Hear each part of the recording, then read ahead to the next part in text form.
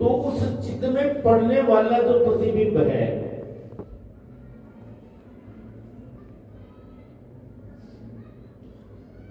एक होता बिंब, एक होता प्रतिबिंब। जैसे कि दर्पण के ऊपर सूर्य का प्रतिबिंब पड़ता है तो उसका रिफ्लेक्शन लगता है यो। तो आपके भीतर जो साक्षी रूप से आत्मदेव बैठे हैं सच्चिदानंद ब्रह्म, और आपके चित्त में जो प्रतिबिंब पड़ रहा है उसको जीवात्मा कहते हैं। उसका नाम ये भी है अंतःकरण विशिष्ट चैतन्य।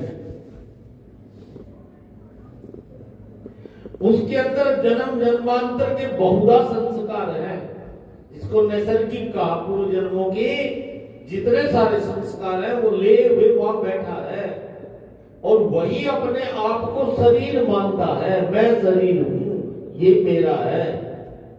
उसी ने इस भाव ने ही उस साक्षी आत्मा को ढक लिया। ध्यान से सुनना बात को।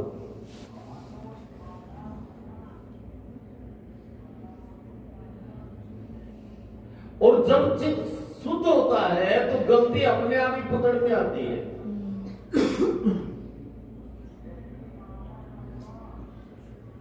जैसे कोई व्यक्ति ये है कि भाई मैं कुछ जानता भी नहीं और मैं किसी की मानता भी नहीं, ये दो मेरे क्या है, ये दो मेरे अवगुण हैं, बाकी सारे मेरे अंदर गुण ही हैं। बोलो, या मैं एक तो कुछ जानता नहीं, दूसरा मैं किसी की मानता नहीं। हाँ। लेकिन जब चित्त शुद्ध होता है तो भीतर समाधान, समाहित चित्त हो जाता है। सच संपत्ति का एक लक्षण है समाहित हो जाना।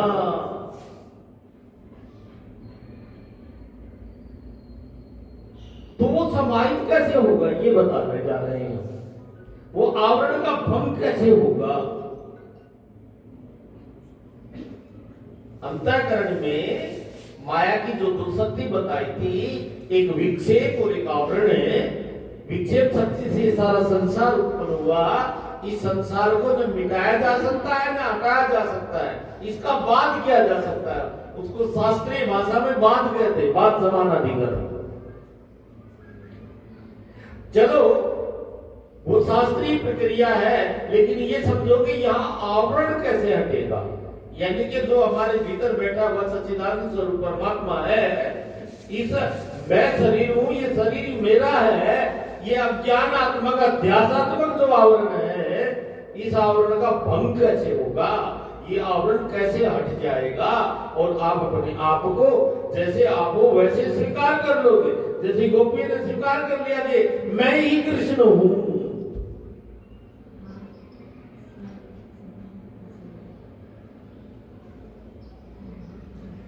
तो हम अष्टावक्र ऋषि की तरफ चलते हैं। आइए 5 मिनट के लिए।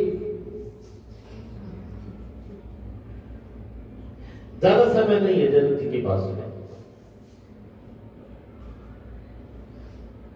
निवेदन है ऋषि के चरणों में कि प्रभु बस टाइम नहीं है, क्योंकि श्वास भीतर गई है। आए तो आए, ना आए तो न आए, इसलिए पता नहीं, ना जाने इस श्वास का आवन हो न हो। इसलिए जो श्वास अब है इसी में बोध हो जाए। बोलो जैसे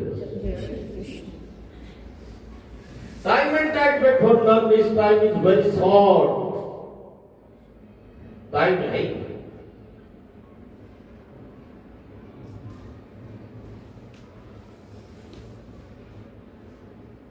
तो ऋषि कहते हैं अपने प्रिय शिष्य को, जैसे श्री सुखदेव कहते हैं अपने प्रिय लाडले परीक्षित जी को, बिल्कुल वैसा ही है। यह जो ब्रह्मज्ञानी गुरु जिज्ञासु अपने शिष्य को कहते हैं, आज तक यही घटा, अब तक यही घटा इस संदर्भ में जहां कहीं भी। तो ऋषिवर ने कहा, यदि देहम पृथक कृत्य चिति विश्राम तिष्ठसि, अधुनैव सुखी शांतो बंध मुक्तो भविष्यसि। अधुना माने अभी, at that time, no future, at that time, अभी, इसी समय, इसी क्षण, इसी निमित्त। आज नगद कल उधार, उधार की मुक्ति तो खतरे से खाली नहीं है। मुक्त अभी होना है और अभी इसी समय अभी होना है, एट दैट टाइम। लेकिन आप उसकी कंडीशन को पूरा करो। यदि आप मुक्त होना चाहते हो तो इसी समय अपने शरीर को अलग करो।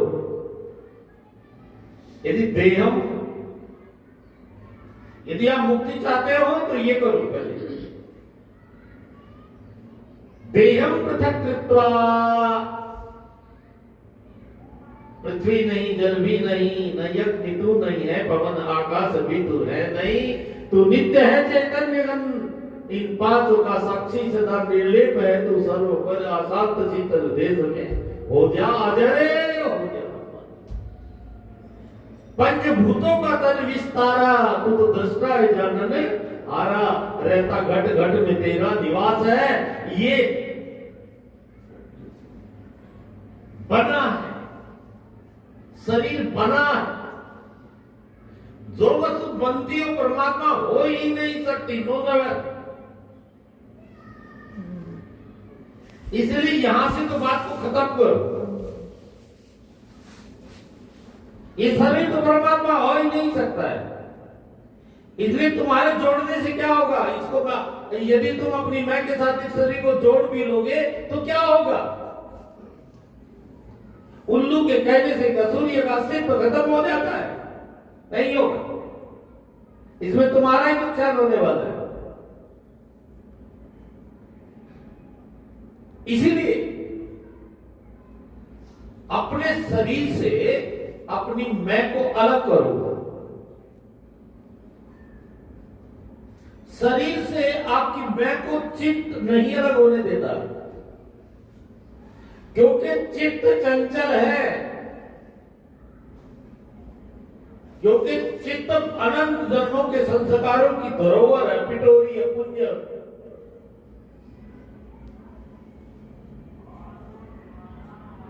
तो इसलिए चित्त के पंखों को काट दो, और चित्त के पंखों को काटना ही चित्त को निर्मल करना है। जैसे अंतःकरण शुद्ध हो गया तो चित्त के अंदर तीनों का समाहार है, मन बुद्धि अहंकार का समाहार चित्त में ही है।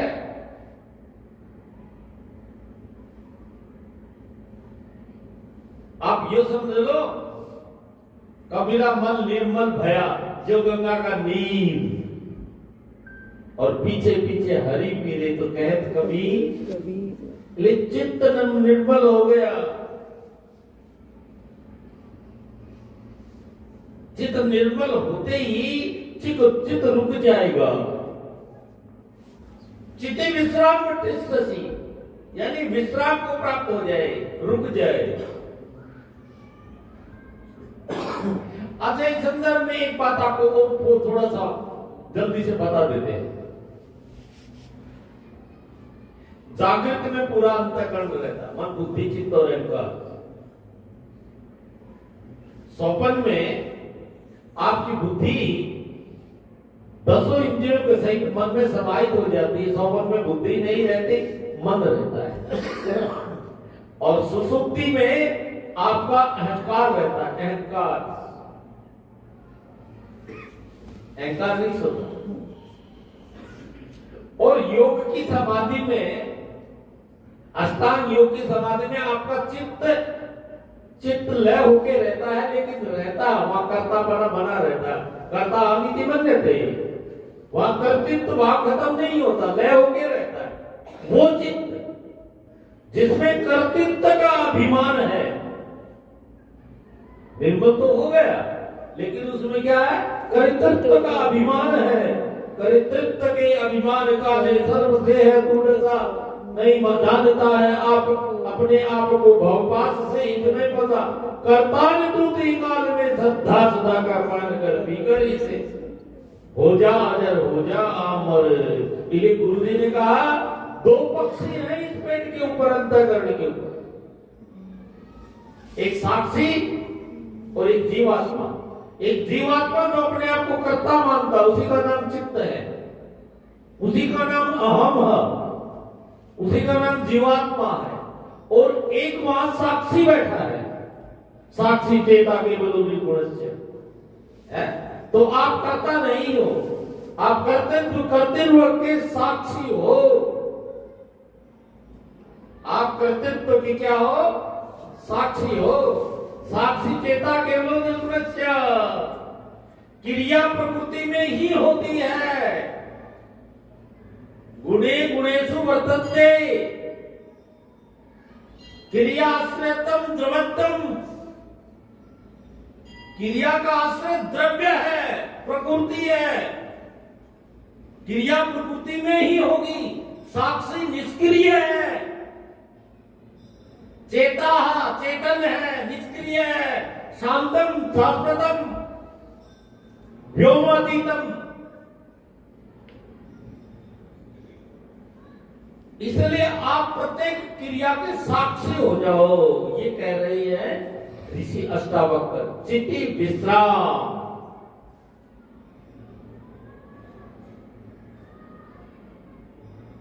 जैसे जो समझ लो किसी तालाब का जल मटमैला था और उसमें फिटकड़ी इत्यादि में डाला, कुछ द्रव्य डाले, और वो जल की जो कालिमा थी वो क्या हो गई? बैठ गई। फिर उस जल में वायु की संकल्प विकल्प की वायु से तरंगित है वो जल, और उस तरंगित जल के भीतर में जो चंद्रमा का या सूर्य का प्रतिबिंब पड़ रहा है, परछाई पड़ रही है, रिफ्लेक्शन पड़ रहा है, वो कब कब ही भरा है यूं। समझ में आ गया? या किसी ने कंकर मार दिया संकल्प का या वासना का या किसी बात की इच्छा की, तो उसमें ये कंपायमान हो जाता है। थोड़ी सी भी कंकर पानी में डालोगे तो उसमें वो तरंगित होती है लहरें, या वायु चलने से भी तरंगित होती है लहरें। वो जल एकदम से टिक जाइए, संबंधन से रहित हो जाए। ये टिक जाना, इस जल का टिक जाना ही चित्त का टिक जाना है। यानी उसमें कोई संकल्प नहीं, कोई विकल्प नहीं, कोई इच्छा नहीं, नो कुछ भी नहीं। योग में उस भाषा को तो चित्त वृत्ति निरोध कहते हैं, और भक्ति में उपासना में उस भाषा को, जैसे अभी गोपियों का प्रसंग आपने सुना कि हम तो वही हैं,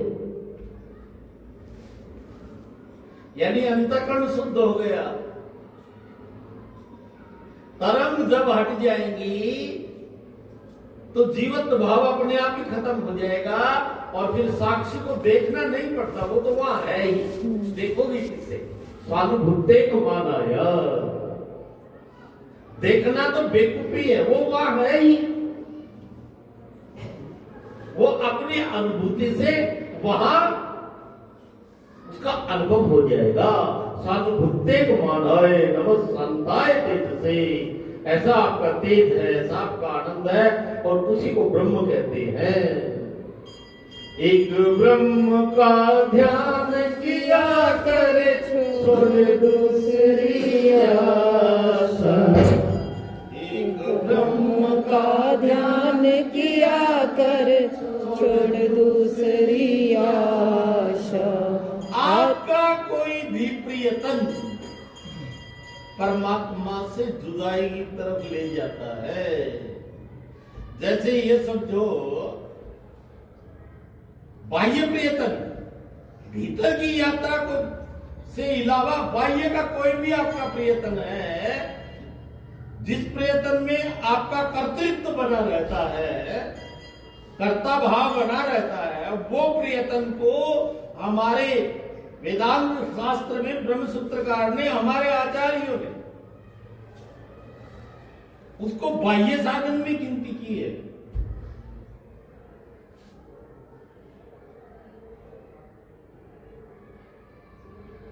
इसलिए कर्तृत्व भाव जहां लय होता है, छोटी सी बात, कल नहीं मिलेगा समय, कल समय है भी नहीं, इसलिए 3 मिनट में सुनिए, क्योंकि अब 40 हुआ। ध्यान से सुनो, बोलो जय श्री कृष्ण, बोलो जय श्री कृष्ण।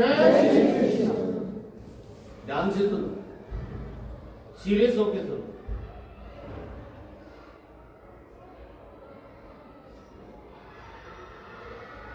जैसे आपने लोहा देखा है, अरे बोलो, हाँ जी, चुंबक देखा है, हाँ जी, देखा कैसा होता है चुंबक? नहीं, कैसा गोल होता है, लंबा होता है, जल्दी को ऐसा भी हो सकता है। नहीं, लोहा चुंबक है क्या? नहीं, यानी चुंबकीय शक्ति लोहे में रहती है, तो लोहे की आकृतियां होती हैं, चुंबक की कोई आकृतियां नहीं। चुंबकीय शक्ति लोहे में बोलो रहती है। अच्छा, अब देखो, कई युगों से एक कील पड़ी थी वहां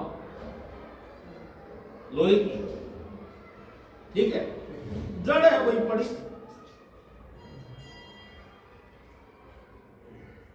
और जैसे वो लोहा हम लाए वहां, जो लोहे के भीतर था वो चुंबक है, और वो वहां रखा, तो कील वहां से दौड़ी, और दौड़ी दौड़ी आकर के वो कील उस वहां से भाग रही कीलियों, और भी कई कीलें थी उसके आसपास में, वो भी सारी दौड़ रही है। अच्छा बताओ, कील चल रही है? नहीं, बोलो नहीं, तो क्या चुंबकीय क्यों शक्ति नहीं भी चल तो रही? चुंबकीय नहीं, शक्ति महसूस क्यों हो रही? दिख रही है प्रत्यक्ष। चुंबकीय शक्ति खींच रही है। नहीं, कुछ भी खींच रहा, चल रही है ना जी, तो कील ये मान रही है कि मैं तो चल दी यहां और मैं दौड़ दिया।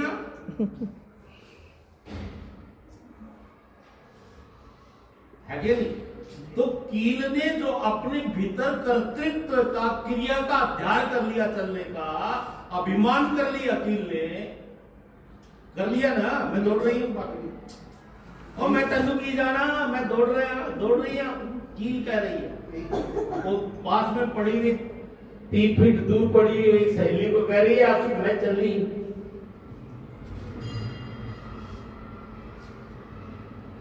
तो कील का ये मानना कोई गलत है क्या? गलत है, गलत है। और तुम्हारा कर्ता मानना गलत है क्या? गलत है। तो कील किसकी वजह से चल रही है? चुंबक की वजह से। हाँ, क्रिया किसमें हो रही है? चुंबक में नहीं हो रही है। किसमें हो रही है? कील में। प्रकृति में हो रही क्रिया, क्रिया अंतःकरण में हो रही है। किसकी वजह से हो रही है? लोहे की वजह से नहीं हो रही है, चुंबकीय शक्ति की उपस्थिति की वजह से। समझ में आ गया? उस जड़ कील में भी क्या हो रही है? क्रिया हो रही है। क्रिया। इसी प्रकार से बिल्कुल एज इट इज, बिल्कुल ऐसे ही हमारे अंतःकरण में, हमारे सूक्ष्म शरीर में, हमारे स्थूल शरीर में वो साक्षी आत्म देव के बैठते ही, बोलो क्या क्रिया हो रही है, बैठते ही ये सारे का सारा जड़, पूरे का पूरा विभाग, स्थूल सूक्ष्म कारणात्मक, सारे का सारा चेतन हो जाता, चल पड़ता। समझ में आ रहा है? और हम अविवेक, अज्ञान की तरह, उस कील की तरह अपने आप को कर्ता मान बैठते हैं। क्या मान बैठते? करता। और देखो ना, प्राण निकल गए इससे, हो गया इंजन फैले एकदम, ये घंटे बंद घड़ी होगी, उतर ड्राइवर चला गया, स्टेशन पहले खड़ी रहेगी। इस चेतन देव जब निकल जाता है तो ये ट्रेन आपकी क्या हो जाती है? बोलो, लाइट से गिर जाती है, खड़ी नहीं रहती, गिर जाती है, झटती थी। और आप क्या कहते हो? 8 अटैक नहीं हुआ, अर्ट क्या हो गया? फेल हो अरे गया। बोलो, क्या हो गया? एल।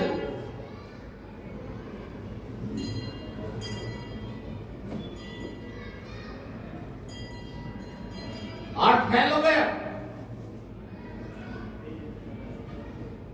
2 मिनट बैठ जाइए, वही से सुन लीजिए, बैठिए, शताब्दी का समय हो गया। हाँ, तो आप समझ में आ गया क्रिया कहाँ होती है? प्रकृति में। क्रिया आश्रयतम द्रवत्तम, द्रव्य है उस क्रिया का आश्रय। क्रिया द्रव्य में है क्रिया, यानी प्रकृति में है क्रिया। इसलिए कर्तृत्व भाव जीव में है, केवल साक्षी में नहीं है।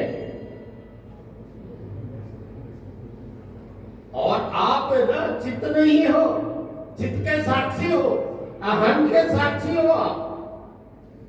अहम चेतन मिश्रित जो अंतःकरण है वो आपका अहम है, उसमें कर्तृत्व भाव है, वो आप नहीं हो, अपितु उसके साक्षी दृष्टा केवलो निर्गुणश्च, वो आप हो। सच्चिदानंद तू नित्य निर्द्वंद तू ब्रह्म जाना, तेरा मिट गया आना जाना।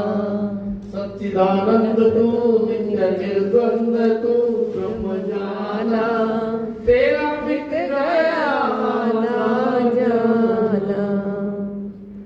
भगवान सुखदेव के चरणों में अपनी वाणी को विराम करते हुए, प्रणव का लंबा उच्चारण करते हुए आप सब भी साक्षी विनिष्ठ हो। बोलिए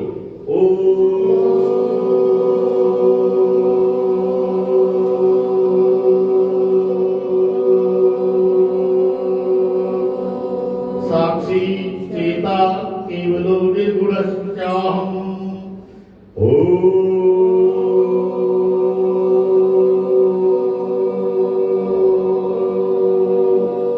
साक्षी चेता केवलो निर्गुणश्चाहम्।